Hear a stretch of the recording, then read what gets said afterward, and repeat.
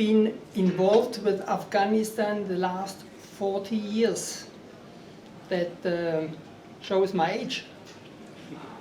I would like to share with you some of my impressions. I lived in Iran between 1973 and 1988 for 10 years. During that time, I learned to speak Farsi, the language of Iran. Afghanistan has two official languages: Pashtun, spoken by Pashtuns living in the south and the east, and Dari, spoken by all other ethnic groups. Dari is a strong dialect of Farsi with about 20% of words being different. The first time I was in Kabul, that was in 1976. Then it was a much freer and a very secular place. Many hippies on their way from Europe to India were passing through. Tourists were visiting the country of Rumi, the Buddhas in Bamiyan, and many prehistoric archaeological sites. Traffic lights regulated the traffic on streets without potholes. People were not affluent, but there were very few signs of poverty. In 2004, I went there again and lived in Kabul for a year and a half. I did not recognize the place. The picture of Kabul I had in my head from '76 and the reality of 2004 were totally different. Beggars, soldiers, and worn-down infrastructure everywhere. In parts of Kabul, most buildings were shells only. Now, there were no traffic lights, no traffic rules. Cars had no registration plates. I had gone back in time. In 2004-2005, I worked with the International Red Cross as a translator and with Calcutta, Germany. During my 12 months with the Red Cross, I was visiting Afghan-run and US-run prisons, checking that the Geneva Conventions for prisoner of wars were observed. I have returned to Afghanistan almost every year, assisting the Edmund Rice Center with its work documenting the status of Afghan asylum seekers who returned to Afghanistan under John Howard. Many of them had been on the Tampa and lived on Nauru. Many of the asylum seekers have been killed or kidnapped on return to Afghanistan. My thoughts tonight come from these 40 years of experience traveling to and observing Afghanistan. After 15 years of foreign occupation by US and NATO forces, Afghanistan is a mess. A UN report released last week stating that more civilians have been killed in the last year than in any of the previous 15 years. The feeling of insecurity has deepened, with violence, crime, and kidnapping on the increase. The people are more impoverished than ever. Despite a dire humanitarian situation, international NGOs are leaving or scaling down. Instead of increasing aid, nations such as Australia are decreasing aid dramatically. Young people who do not see a future are leaving Afghanistan, mainly to Europe in droves. After 15 years of foreign occupation, the political situation is unstable, exacerbated by a weak police and military, with violence against civilians increasing. Here is a snapshot of the current situation. According to the latest NATO report sheet about the Afghan National Army, only 1 out of 101 infantry units is operational. With just over 300,000 soldiers, there is an attrition rate, that means soldiers not returning from leave, resigning, or being sick, in inverted commas, is approximately 20 to 25%. Every year, 20 to 25% of all soldiers are not showing up. That means just to maintain the level, you have to train another 20 to 25%. Around 85% of the Afghan army soldiers are illiterate. The US is giving 20 Super Tucanos aircrafts to the Afghan Air Force. Those planes can carry 500 pounds free fall and laser guided bombs and have 2 machine guns. That will be the first aeroplanes in approximately 35 years, besides 5 helicopters delivered by India. It is hard to predict the impact of adding such hardware into the already volatile mix. The death of the Afghan Taliban leader Mullah Omar was made public last year. Following his death, there was a lasting struggle about who would succeed him, which resulted in a further split of the already fractured movement.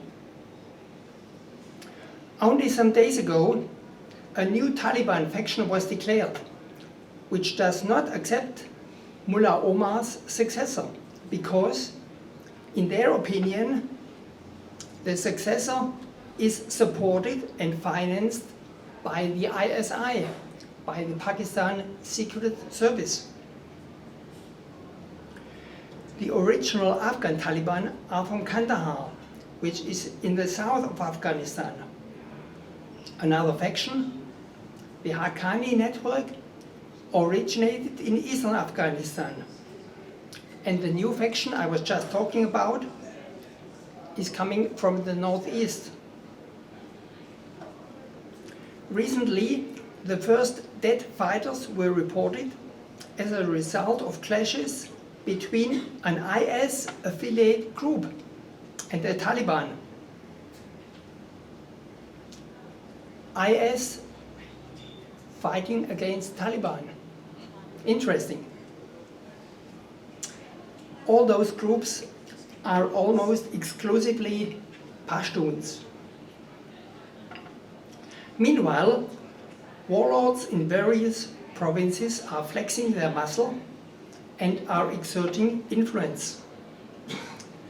The political situation is still unstable, with corruption, nepotism, and US interference, namely the propping up of the Ashraf Ghani presidency, which was installed after several visits by US Secretary of State John Kerry in 2014.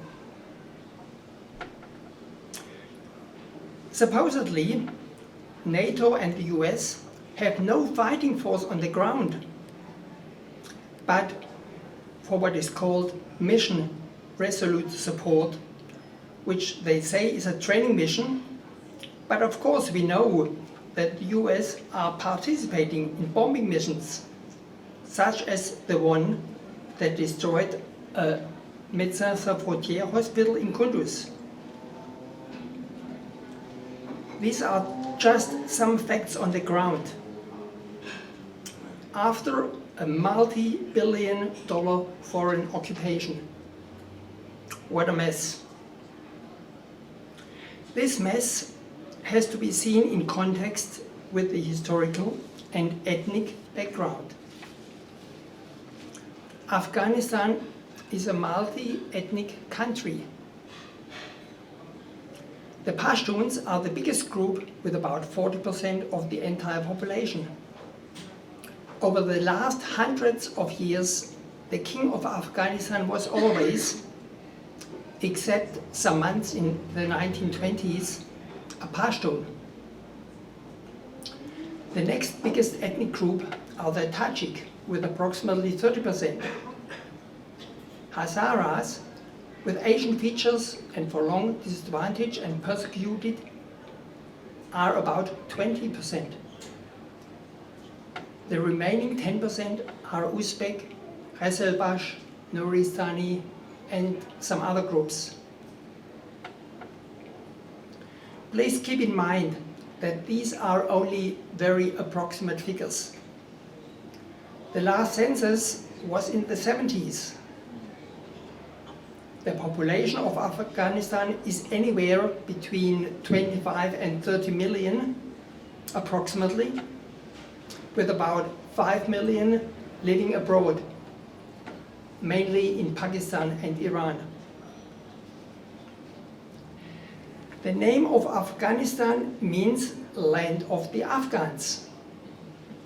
Afghan is another name for Pathan, which means Pashtun.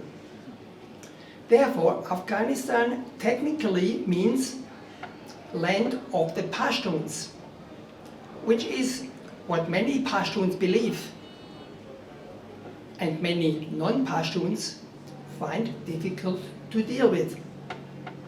And all Afghan Taliban factions are, as mentioned before, from the ethnic group of Pashtuns. The different Mujahideen groups were fighting a war against the Soviet occupation for 10 years. These groups were supported in the war efforts by big donations of weapons and money by the US via Pakistan. After the departure of the last Soviet soldier in February 1989, the communist regime of Najibullah, by the way a Pashtun, survived for another 3 years. Then the Soviet Union ceased to exist. The financial support of the communist regime in Kabul ceased to flow, and the Najibullah regime fell. After that, the successful Mujahideen groups were fighting amongst themselves for many years in a brutal war until the Taliban marched into Kabul in 1996. Until 2001, about 85 to 90% of the entire country was under their control. After the US invasion and the fall of the Taliban government in 2001, the future of Afghanistan was discussed in Bonn, Germany. The Taliban and representatives of the ethnic group of the Pashtuns were not even invited. 40% of the entire Afghan population was not represented there. In my opinion, the immediate future of Afghanistan is bleak. I cannot see a cessation of military actions in the near future because of following unresolved issues. The Durand Line. This is the quasi-border between Afghanistan and Pakistan. In 1893, an agreement between the British diplomat Mortimer Durand and the then King of Afghanistan determined the border of the British sphere of influence. This agreement was valid for 100 years. So far, Afghanistan has not agreed that this is the international recognized border. This is one of many reasons for the ongoing conflict between Pakistan and Afghanistan. The second reason why I can't see military actions ceasing is The annual budget of the Afghan National Army is almost as big as the current gross domestic product of Afghanistan. That means that in the foreseeable future, the entire budget of the army will have to be financed by foreign, mainly US donations. And those who give the money, they have something to say normally. Afghanistan is a very young country demographically. Over 50% of the population is younger than 15. In the coming years, these young people will be looking for jobs, but there are no jobs. Therefore, many young Afghans are leaving their country, mainly towards Europe. This brain drain does not make rebuilding the country easy. Another reason is that the Afghan Taliban are not a homogeneous group. The death of Mullah Omar led to even more factions, some aligned with ISI, Pakistan, some independent or even hostile to the Pakistan Taliban, some groups sympathizing with IS. That makes peace talks very difficult. It can be expected that any peace agreement will not be honored by all factions. Besides the full withdrawal of NATO forces, another important step is to respond to the strength of the Taliban.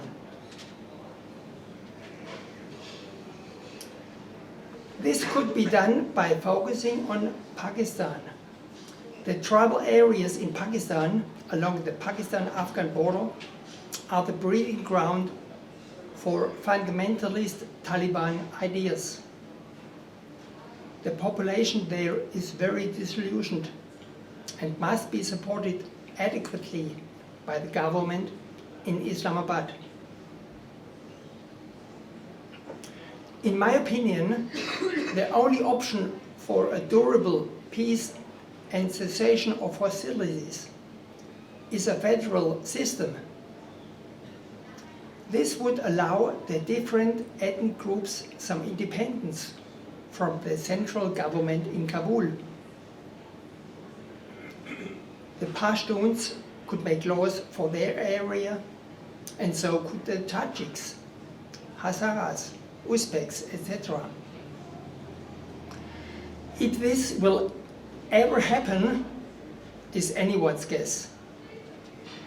I fear the Afghan population will have to endure further hardship after already almost 40 years of war.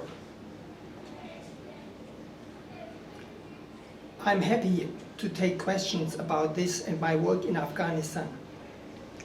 On Sunday, I will be returning for another visit, where I can assess the situation on the ground firsthand. Thank you.